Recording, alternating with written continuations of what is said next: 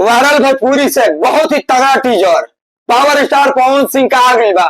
तो जाकर पहले टीजर का प्यार से बात दो लोग, और वीडियो जहां से भी देख रहे हो भाई, वीडियो को गर्दा उड़ा के शेयर करो। जस्ट अभी अभी टीजर का आउट किया गया है।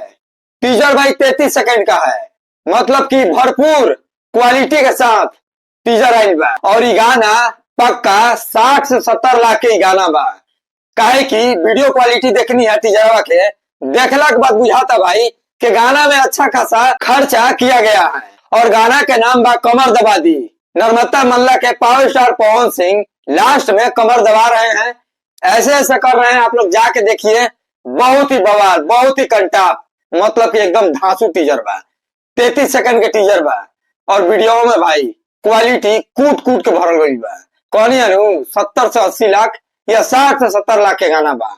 बहुत ही बड़ा लेवल, मतलब कि पवन सिंह हाई क्वालिटी। हम लोग वेट कर रहे थे भाई, 2 दिन से वेट कर रहे थे कि आखिर इसका टीजर कब आई। तो लो भाई टीजरवा आ गई बा। जाके टीजरवा के दबा के प्यार दो लोग यार। म्यूजिक सुनना से बुझाता कि गाना में एक अलग इतिहास रची।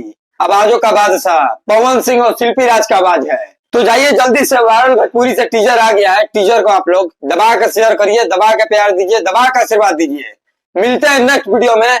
चैनल पे नए नए आए हो भाई तो चैनल को सब्सक्राइब कर लो।